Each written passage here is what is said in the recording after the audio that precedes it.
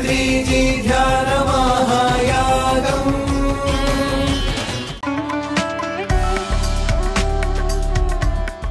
అందరికీ నమస్కారం. ఈ రెండు పదాలు మనం తెలుసుకుందాం. అదృష్టము, దురదృష్టము.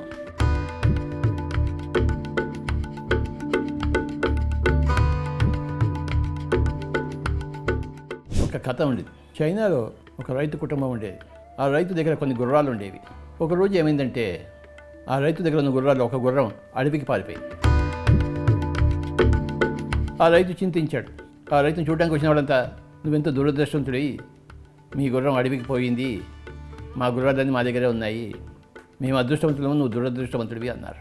ఆ రైతు కొంత చింతించినా కూడాను ఏమన్నాడంటే, ఏమో నా పరిస్థితి అదృష్టమో దురదృష్టమో నాకు తెలియదు, మీకు కూడా తెలియదు. నా దగ్గర ఉన్న ఒక గుర్రం మటుకు అడవికి వెళ్ళిపోయింది, అది మటుకు సత్యం. కానీ ఈ పరిస్థితి అదృష్టమో దురదృష్టమో నాకు తెలియదు, మీకు కూడా తెలియదు అని చెప్పాడనమాట. ఆ గ్రామవాసులందరూ హేళన చేస్తూ, ఇందులో తెలియకపోవడానికి ఏముంది, మా గుర్రాలన్నీ మా దగ్గరే ఉన్నాయి, నీ గుర్రం మటుకు పోయింది, కనుక నువ్వే దురదృష్టవంతుడివి, మేమే అదృష్టవంతులు అన్నారు. అప్పుడు రైతు సరే చూద్దాం అన్నాడు అన్నమాట. కొన్ని రోజులు అయిపోయిన తర్వాత ఆ అడవికి పారిపోయిన గుర్రం ఇంకో 10 గుర్రాలతో తిరిగి వచ్చింది. అప్పుడు ఆ గ్రామవాసులందరూ మళ్ళీ వీడి దగ్గరికి వచ్చి, నువ్వే అదృష్టవంతుడివి, మేమే దురదృష్టవంతులము, మా గుర్రం కూడాను అడవికి పోయి ఉంటే అది కూడా 10 గుర్రాలతో వచ్చి ఉండేది కదా, నీ గుర్రమే పోయింది, మరి 10 గుర్రాలతో తిరిగి వచ్చింది, నువ్వే అదృష్టవంతుడివి, మేమే దురదృష్టవంతులు అన్నారు.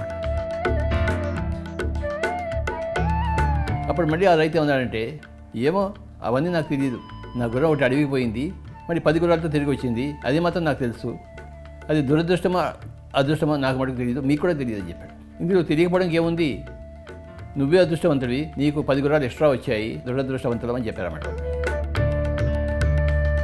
ఇలా ఉండగా కొన్ని రోజుల తర్వాత ఏమైందంటే, అడవి గుర్రాలు వచ్చాయి కదా 10 గుర్రాలు, అందులో దాని మీద సవారీ చేస్తూ ఈ రైతు కొడుకు కింద పడి కాలు విరగొట్టుకున్నాడు.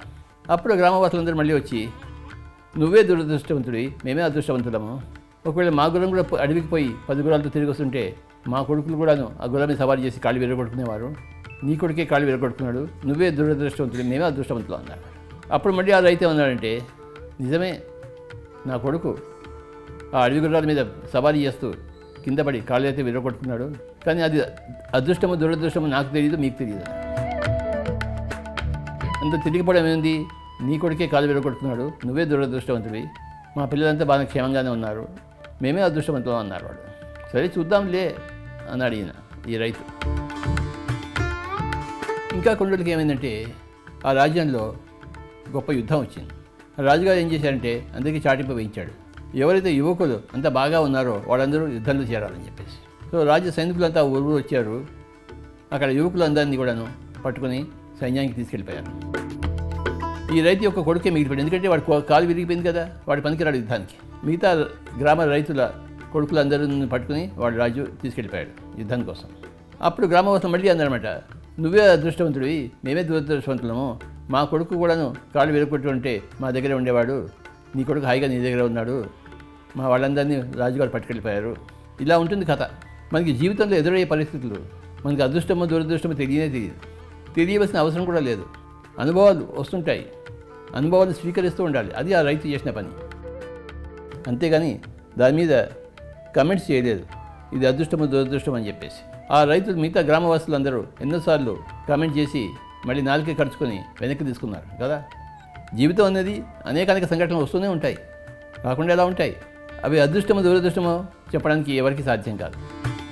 పరిస్థితులు మారుతుంటే అదృష్టాలే దురదృష్టాలుగా, దురదృష్టాలే అదృష్టాలుగా మారుతూ ఉంటాయి అందరి జీవితాల్లోనూ. కానీ ఈ చైనా రైతు యొక్క కథ ద్వారా మనకి ఏం తెలిసిందంటే, మనకి ఏమీ తెలియదు, తెలియవలసిన అవసరమే లేదు. ఎన్నో జన్మలు, ప్రతి జన్మకు ఆ కిందటి జన్మలతో సంబంధం ఉంటుంది. ఆ చైనా రైతు ఒక గొప్ప వివేకి, ఆత్మవత్ పండితుడు, కనుక ఎప్పుడు కూడాను వ్యాఖ్యానం సాహసం చేయలేదు. Thank you very much.